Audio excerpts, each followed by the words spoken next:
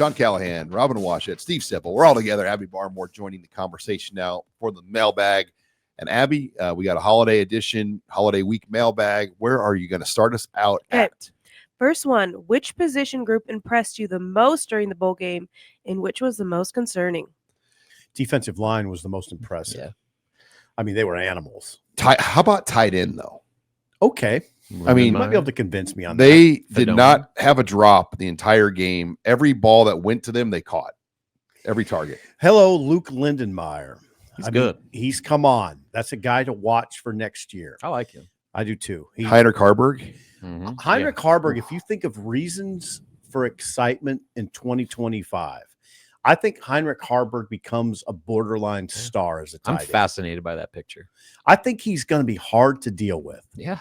For defense. He's a freak athlete. Now Yeah. they got ways to actually use him outside of just predictable QB draws. They're going to use him. My pick would be linebacker, just because the defensive line and was kind of, you expect them to play like that. But with all the new like freshmen, like Shavers and McGahee playing extensive snaps and then playing as well as they did, that jumped out to me. That was a very encouraging development for the future of Nebraska's defense. Yeah, Shavers brought it. But back the tight ends, they had 8 targets for 8 catches. The wide receivers had 16. So, when you break down the ratio, I mean, they went to the tight ends a lot. I know. Good. That's a good position. And next year, Carter Nelson he's being pegged as a tight end now. I mean, he's not a receiver. He's going to be a tight end. Mm-hmm. So that's a good room. Lindenmeyer, Heinrich, and Carter Nelson. That's a very good tight end room. Concern-wise, though, obviously special teams. I mean, but they're going to try to address that with the new snapper and new punter and Andrew Marshall. How about return man? Andrew Marshall. Yeah. All of the above. And Andrew Marshall has returned a kick and a punt for a touchdown this year. So he's proven in that sense. So they are going to have a guy because, Ja'Cory Barney popped 1 this year to like the 50 against Wisconsin. That was really all they got in the kick return game. They got to get more. All right, next question. How does Dylan Raiola build on his freshman season, and what is at the top of his list to focus on for next season? I'd say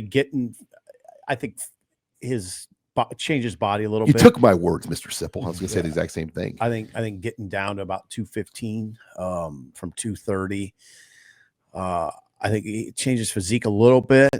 I'll tell you what, as far as knowledge of the game, managing the game, he's way ahead of his time. I mean, you heard Dana Holgerson talk about it. Bill O'Brien.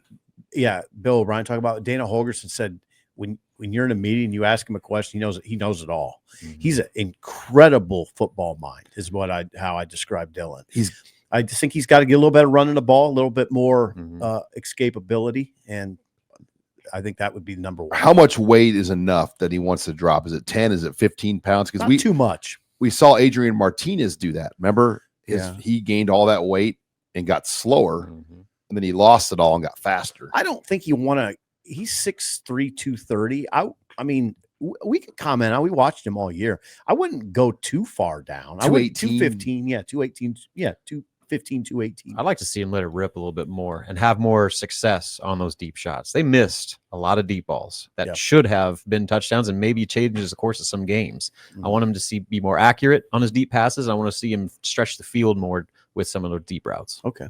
Yeah, Dylan Raiola on the deep balls this year, he had 19 completions of 20-plus yards down the field. So he was 19 of 56. Yeah.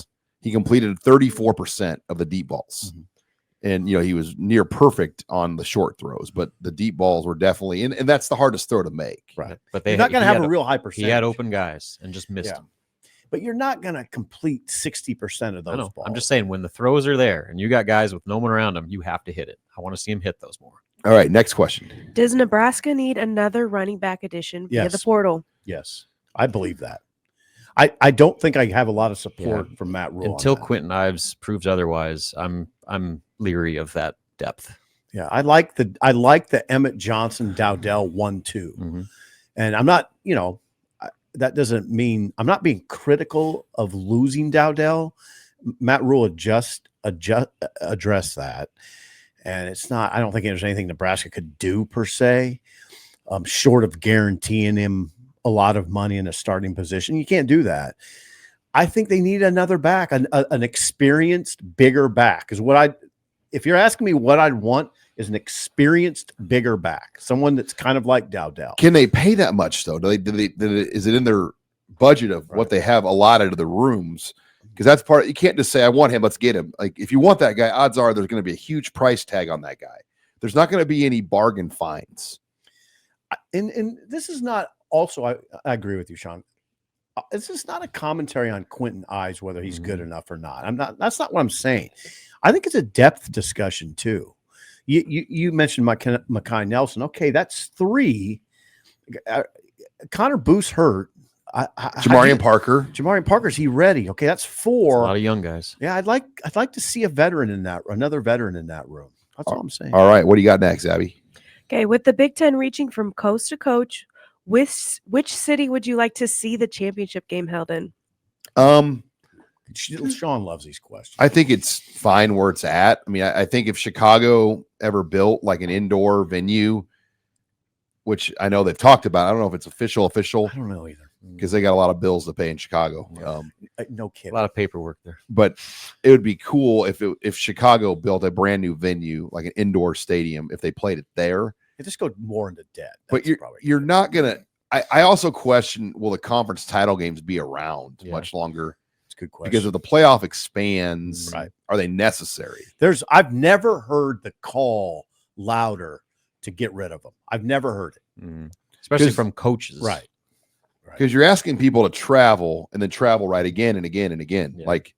And we're seeing it with the ticket sales to these quarterfinal games because they're so hell-bent on making the New Year's Six Bowls a part of the playoff. Need more on-campus playoff games. I think the cry is to make quarterfinals now home sites as well as the first round and then semis at the bowl sites. Hold on now. Back to the question. Is Denver viable? Well, what is the connection to Denver and the Big Ten, Sipple? It's location now. It's location. Who can drive to Denver? Oh, that's a good point. Nobody except Nebraska. I mean, so there's a bad idea. In other words, Indianapolis is kind of going with bad idea. The best spot right now in the old Big Ten. That's where I'm struggling. For the old Indianapolis is the best. Well, because it's the Switzerland of the Big Ten. It's a neutral city, and you don't have to. I mean, Indiana this year almost made it, but generally you didn't have to worry about a team having like a significant home field advantage. Well, there. Denver, you wouldn't have to have. What about Vegas? Yeah, but there's no Big Ten presence in Denver. I know that. I get that. What about Vegas? Just because it's an easy place to get to. What's the difference between Denver and Vegas? Outdoor versus indoor. I mean, you want beautiful brand new indoor stadium that's dirt cheap. But again, there's no Big Ten. You're the only person I've ever suggested Denver as a. I mean, that would make no sense. Like people would lose their jobs if they decided Denver. Like they're like, whoever decided this is fired. All right, I need to spin out of this. Is there any other questions? Well, Minnesota Vikings Stadium, the indoor would be another opportunity. But I think Indianapolis is probably where it's at forever until they get rid of it. If you're doing one of those NFC North stadiums, then maybe Minnesota, Detroit, and if Chicago got a new stadium, otherwise it's Indy. Okay, final question. What was everyone's favorite meal or restaurant from the road trips this season? Go ahead, guys. Well, we got to talk about Peter Luger, and that was where we ate in New York City, and so it was in the heart of Brooklyn, old time, built in 1887. The steakhouse, and just total New York. The waiters kind of were older. Everybody's 50 plus. All the servers were 50 plus, which tells you a lot because that guy that served us had worked there for 33 years. 33 years. He was very intelligent about what he was doing. It was hustle and bustle, so you feel like you're in New York even when you're inside eating. It's not quiet. You're not in a quiet place. But the steak was extraordinary. And they cut it's a T-bone, USDA prime T-bone. Yeah, and how often is it cut for you? Well, look at the size of these steaks. So they're showing video of it right now. Oh God, that makes me hungry. And so they do it like steak for 1, steak for 2, steak for 3, and so like there's no 4. Yeah, and so it's not like a 16-ounce steak. It's like they give you a steak, and however big they cut it, that's what you get. There it is. Look at that. So I remember Sean asked, what's the ounce on that? And he's like, the waiter's like, it's enough. It's like, okay. But it was an old like New York yeah. kind of Jewish act. Yeah. It's enough, like it was like, I mean, He knew what he was doing. That guy knew what he was doing. the potatoes are really good. Like a hash brown type potato yeah. they It was a had. real deal. Everything was ridiculous. And I had 2 old fashions, and then suddenly this dessert just appeared on the table. I was like, where did this act of God come from? It took only cash or debit card too. Yeah. Now I will say Maestro's in LA in Beverly Hills. Yeah, we ate at 2 pretty good places. That this was year. up there too. Like, It was. I mean, It was very close. It's a close call for me. It's like a photo finish on which one's better. It's hard to Peter say. Luger was pretty dang unique. Masters was different, and it was quiet. Yeah. It was a quieter place. Yeah. Masters was more like fine dining. The Peter Luger was more about the experience. Yeah. Like it's like full New York experience. Did you notice the one commonality was the plate of whipped cream? Mm. It was just before you was a plate of beautiful whipped In-house whipped cream. Yeah, really good. Well, how about the bread? Oh, the bacon. We didn't even talk about the bacon. Oh, That God. So Peter Luger sells Oh, a the bacon bacon. appetizer. You pay by the slice. Oh, It's $8 It was a like slice. its own steak. But it's like a bacon steak. Yeah. It was fantastic. I felt guilty eating it. I mean, I almost felt. I only ordered one, and the waiter gave me a hard time. He's like, "You're just going to order one?" I'm like, "Yeah." We ended up getting 2. it was worth it. It was worth it. I just wanted to try one bite of the bacon. Oh God, We didn't finish the steak. we didn't. I think we left some. We got Oh. close. We got close. It was a lot of It food, was a though. lot. I mean, we were full, but yeah. It was a little gluttonous, but it was beautiful. well, we didn't eat lunch that day. No, it's true. And we We- worked. We went to practice, and we did didn't even not. mention that. I will say we did not take the subway once in New York. We did Ubers and Lyfts, and it worked out just fine. And we had no issues. All right. Well, Abby, great to see you back.